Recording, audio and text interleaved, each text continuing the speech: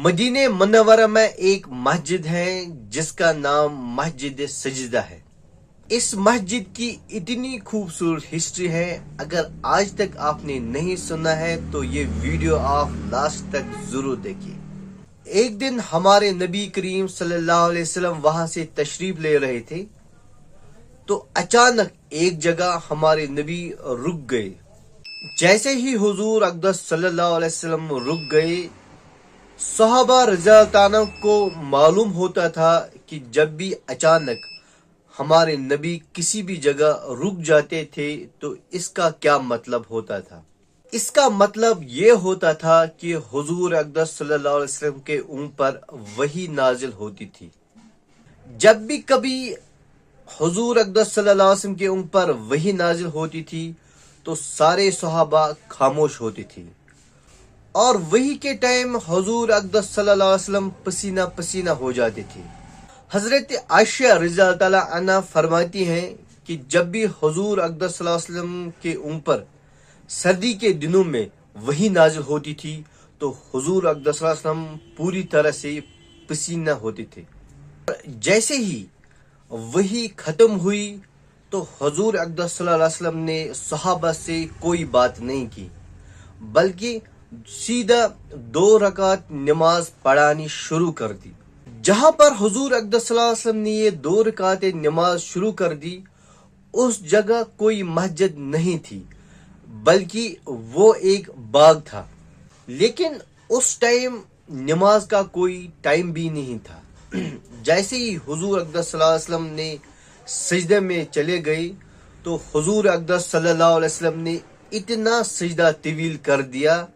اس جماعت میں ایک صحابہ تھا جس کا نام عبد الرحمن بن عوف رضی اللہ تعالیٰ عنہ تھا۔ حضور اقدس صلی اللہ علیہ وسلم کو اتنا لمبا سجدے میں دیکھ کر وہ انتشار میں پڑ گئی۔ اس کو ایسا لگا جیسے کہ حضور اقدس صلی اللہ علیہ وسلم کا آخری ٹائم آ گیا ہے۔ بہرحال بہت ٹائم کے بعد حضور اقدس صلی اللہ علیہ وسلم نے اپنا سر مبارک اوپر کر دیا۔ اسی کے ساتھ جب حضور اقدس صلی اللہ علیہ وسلم نے نماز ختم کر دی، جیسے ہی نماز ختم ہوئی تو عبد الرحمن بن عوف جو صحابہ تھے انہوں نے حضور اقدس صلی اللہ علیہ وسلم سے عرض کیا، یا رسول اللہ صلی اللہ علیہ وسلم، یہ جگہ نہ تو مسجد ہے اور نہ نماز پڑھنے کا وقت تھا، لیکن پھر بھی آپ نے 2 رکعت نماز پڑھائی اور آپ نے سجدہ اتنا لمبا کیوں کیا؟ کیا بات ہے؟ ایک عالم نے جو حضور اقدس صلی اللہ علیہ وسلم نے سجدہ کیا تھا اس کے بارے میں قیاس لگایا کہ یہ سجدہ حضور نے کتنا لمبا کیا تھا۔ اپنے علم کے مطابق انہوں نے جو فرمایا، انہوں نے کہا کہ یہ سجدہ کم سے کم 2 سے 3 گھنٹے کا تھا۔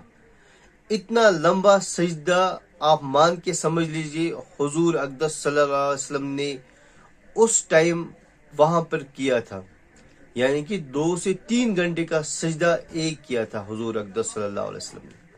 تو اسی کے ساتھ حضور اقدس صلی اللہ علیہ وسلم صحابہ سے مخاطب ہو کر اس کا جواب دیا کہ جیسے ہی ہم چل رہے تھے تو میرے اوپر وحی نازل ہوئی اور جبریل علیہ السلام حاضر ہوئے تو انہوں نے عرض کیا، یا رسول اللہ صلی اللہ علیہ وسلم، جو شخص آپ پر ایک بار درود بھیجے اس شخص پر اللہ تعالیٰ 10 نیکیاں لکھیں گے، اس کے اوپر 10 رحمتیں برسیں گے اور اس کے 10 گناہ معاف ہو جائیں گے۔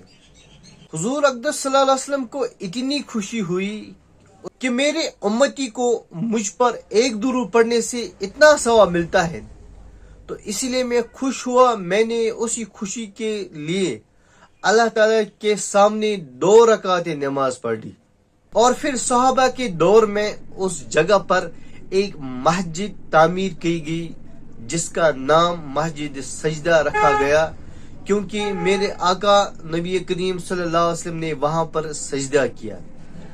اسی لیے جب بھی کبھی حضور اقدس صلی اللہ علیہ وسلم کا نام مبارک آئے تو آپ اس کے اوپر ضرور درود بھیجیے.